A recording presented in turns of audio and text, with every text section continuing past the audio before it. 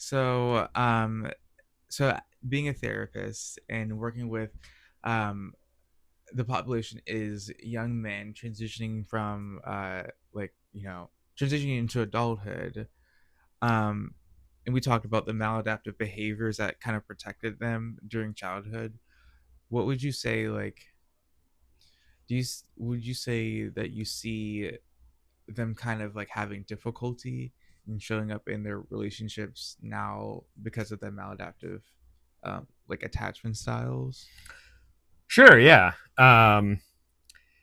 Yeah, I think like transitional periods in our life are just inherently like difficult and anxiety provoking. Yeah, Like first and yeah, foremost. yeah, Um and in college particularly, like you throw like so many layers on top of it yeah, where um you've just gone through um like this period where like maybe in high school like it was pretty easy to make friends because yeah. you're in class with all the same people at all the same times, and Hmm. um in college those relationships look like very different. Yeah, um and that can like bring up some like insecurity or maybe some loneliness or um maybe just a new understanding of yourself that like maybe you aren't as like social as you thought you once were. yeah, And then what I see often is just an inability for us as men to describe like how we're feeling. Like I hear like, I just feel off, or yeah, like I can't really explain it, or I how should I put it, like I don't want to take up too much space. yeah. um It's always like kind of like a burden thing yeah. when when it comes to emotions or just um we talked with Dr. Ricketts about like just having like normal humanity. Like I feel like men feel like their normal like sense of humanity and like that emotional aspect is a burden or they shouldn't have that. So then that might lead to like that shame piece where they are like, I this is like a burden. So like going like seeking help, they might like seek help, but they're just like, oh, but it's no big deal. Right, Or like they yeah. might try to be vulnerable, but it's like, oh, but it's like it's no big deal.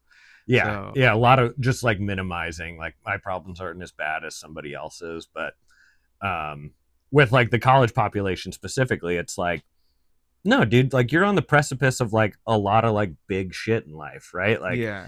you're figuring out relationships, you're figuring out like what your career's going to be. Like it'd be Mhm. weird if like you weren't anxious and overwhelmed by those things. Yeah. um and you don't have to just like keep throwing stuff in the proverbial backpack and just have it getting heavier and heavier and heavier. And that's what I see a lot of dudes trying to do. Yeah, I feel like that transition from high school or like from primary school to college is pivotal, and it kind of I feel like it triggers a lot of things that men or young men haven't really dealt with in their high school or middle school. So that like that transition kind of triggers a lot of attachment patterns, whether it's like the anxious for me it was like more of the like freshman year, it was more like the anxious, like developing new friendships, and it's like, is this person like going to not reject me, or like are they like are we hanging, how often are we hanging out? So it's kind of like is that, and then there's like the like some of the like avoidance can be triggered with like maybe like in high school um you didn't have secure friendships or secure relationships, so when you experience that in college it's like it feels weird, so you kind of like pull back in Mm-hmm. a way. So Yeah. yeah, so I feel that there's like kind of two sides of that coin when it comes to transitioning into adulthood. When really it's not like, when it comes to attachment, I um I w- I would like argue against like calling yourself weird or like just not normal. It's just, I would say like everybody is kind of, especially like in those transition seasons, everyone is developing their like identity and their sense of how they want to relate to other people. And sometimes like I feel like a lot of times it just needs to be it's more about learning new ways to connect and learning like new healthy ways to connect. And when you meet someone that's like more secure than you, that it's like it's kind of everything. It helps to have someone that's more secure and has like a secure relational pattern, so that that kind of not like that you're being fixed, because it's not like you shouldn't look at it as like men look at things as being fixed, but Right. that you learn something new. Yeah. Yeah, that's a good point. Like Yeah. I do think like some of this stuff is just normal. Like it's a normal part of like how we develop as humans. Mm. Like in high school or even early college, like it might be developmentally normal to just be like a little bit like anxious about Mm. relationships. Um so I do think like to your point, I think that you were making is like part of this is just like a normal process of like maturation. Yeah. Um And if you're like noticing these like habitual patterns in your relationships, then there might be some of this going on. Yeah. And that doesn't just grow out of you.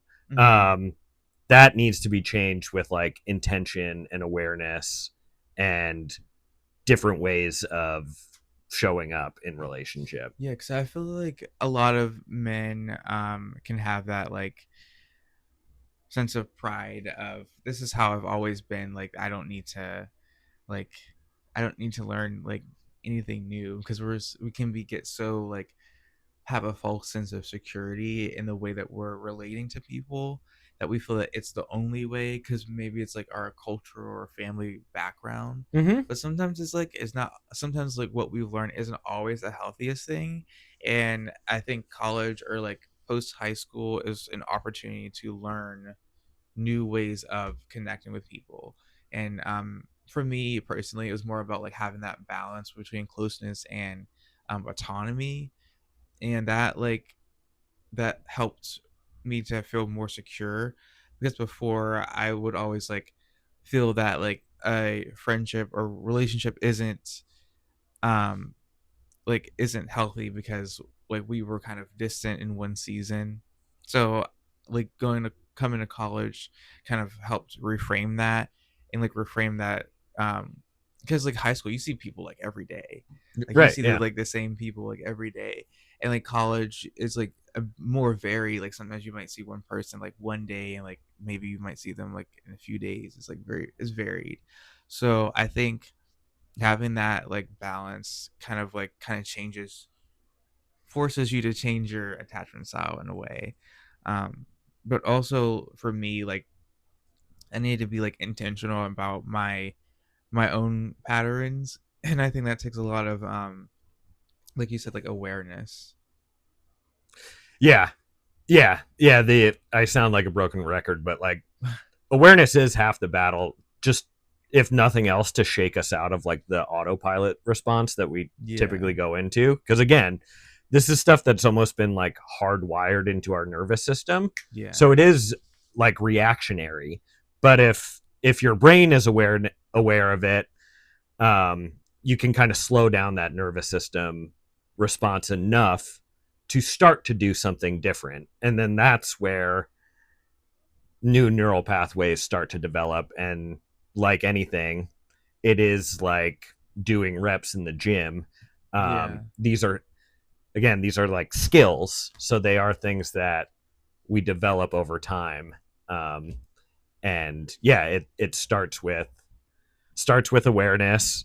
Um, I think the next step on top of that for men especially would just be like building some sort of emotional vocabulary, and it Hmm. doesn't even have like doesn't have to be 200 like feeling words, but even just like 6 to 10. I feel like um yeah, I would like say like for men, as far as like emotional vocabulary, um I would like say like develop your language of how you express emotions, because everyone expresses them differently. Like for me, um, like it can just be like even just saying like I feel gloomy today or whatever. Right. And that means something to you. It might not mean something to someone else. Yeah, and So it really doesn't matter. Like the intention behind it is like regulating rather than shutting down. yeah, Like naming, even if like the other person can't necessarily understanding it, just naming it for yourself and yeah, having a word for this feeling that the you're feeling language, yeah. will regulate your nervous system, as opposed to like, I'm just feeling off and Yeah. I'm just going to be shut down. Because like, what does that mean? You have to like, because like, what does like feeling off mean?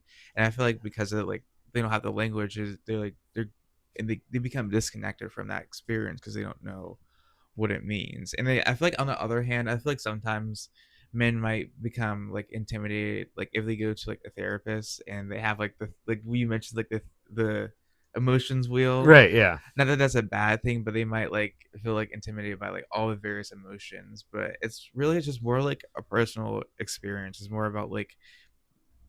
about not denying what you feel, but like what does it mean to you that you feel that way? Um, so how would you say that attachment styles show up for men if we haven't went over it? Um, yeah, I feel like we've, yeah, I feel like we've went over We went that. over it? Okay. Yeah.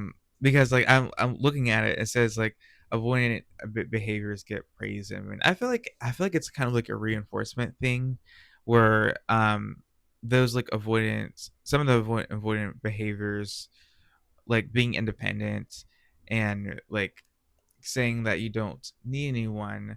I've seen it a lot. Um, is actually it's actually kind of like reinforced by like certain cultural standards in a way. Yeah. So that like avoidances and also on the other side, like the anxiousness which shows up as like irritability and like lashing out is also like reinforced. Like that Hulk strong, like you lashed out, you protect this is shown up. And it's also reinforced.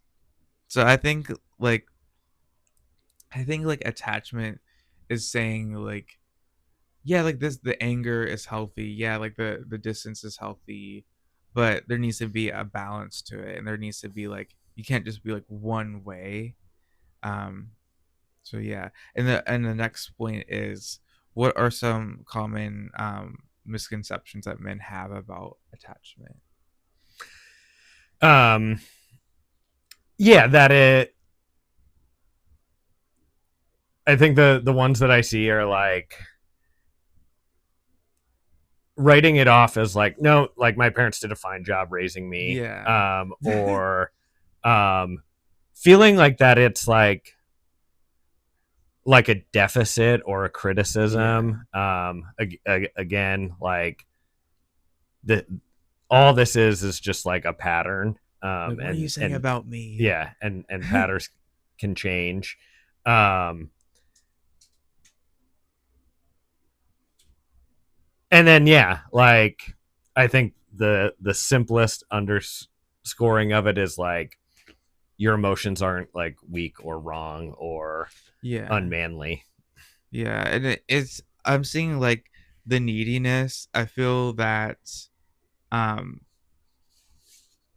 I feel like that men don't want to be seen as like needy in terms of relationships, that they don't want to be seen as like reliant on other people. I feel like that like self-reliance piece can be sort of like a I don't know if it's like a defense mechanism, but it's like well as a man I don't like need to like rely emotionally on other people for like what I'm going through. But um for me personally, I realized that like coming to college actually made me realize that I actually need that support or like that reliance because um when I first came to college it was just like my roommate tried to like help me with like things, and it was like moving in or whatever, and I was like no, you're not helping me move in. But he's like no, I'm going to help you, and Mm. that like kind of like forced me to kind of step outside of that like avoidance piece, because like initially I was like super avoidant when it came to like asking for help. Like I never liked people to ask me for help. I was Sure, like, I yeah. got everything, like I got everything under control. Like you don't need to ask me for help. But my roommate kind of like changed that. He kind of like forced help on me, like just and also like my other friends too, like kind of like forced help on me, which is a blessing. But I feel that like when people kind of mirror that healthy attachment, it kind of forces you to go like, wait a second. I've learned like my whole life this thing. Do I really need to hang on to this narrative? Yeah. So, um, but yeah, it's not just about like when we talk about attachment, it's not just about like just emotions. I feel like that's another misconception. It's not just about like, oh, we're just gonna talk about your feelings. Like, no, this is about like how you can like better yourself in terms of your relationships. Because I feel like men care a lot about their relationships. We're just not really given the courage or like the language or like the space to talk about that we care about relationships and attachment, like having the going through like attachment theory helps men to have to say like it's okay to care about your like your family or your relationships and that you want to show it better because I feel like men like secretly care about it but they don't like that's not like a common thing to talk about. It's like how you're doing in your relationships. So oh yeah, it's the wrong page. um So how can men start healing their attachment wounds? Yeah. Yeah. Sorry. I started to go down this Oh, did road you like have a something little. else to say? No, no, no. Okay. I was starting to go down this road preemptively, but yeah, I view it as like, um, one, that awareness piece, um, two, the emotional vocabulary piece, Mm, just coming up with, yeah, feelings, words for your emotional experience. Um, Seeking out relationships that like feel secure, and yeah. like this is a big one, and like you've touched on it numerous times throughout, like sharing your own experience of like, at the end of the day, like we're mammals like interacting with other mammals, and like Mm, I'm sure everybody can think of like somebody in their lives who just like puts like a pit in their stomach. yeah. um Yeah. like just makes you anxious to be around them, right? Yeah.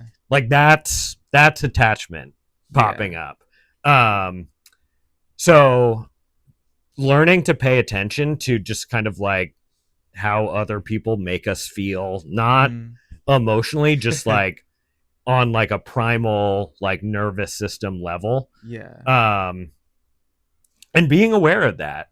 Yeah. And then on the other like side of the coin, like being aware of like, oh, like this person like makes me feel calm, and it's Yeah. like it's actually like a little bit easier to Yeah. open up with them. I think that's a big one. And then using those relationships to take small steps of vulnerability. Yeah. um Sharing a little bit more about your day, or asking your male friend how he's doing. Like, Yeah. we shy away from like asking that question because it elicits a potentially sad response, and then we don't Yeah. know what to do So we with don't it. know how to like we don't know how to be a witness to someone in their messiness. Um, So so yeah, like that would be like just quick thing or things you could do starting today, like pretty yeah. immediately. Um, and then like if anything's resonated, or you don't feel like you have a safe relationship with which to practice this, might be time to start thinking about therapy. Yeah. Um, Yeah.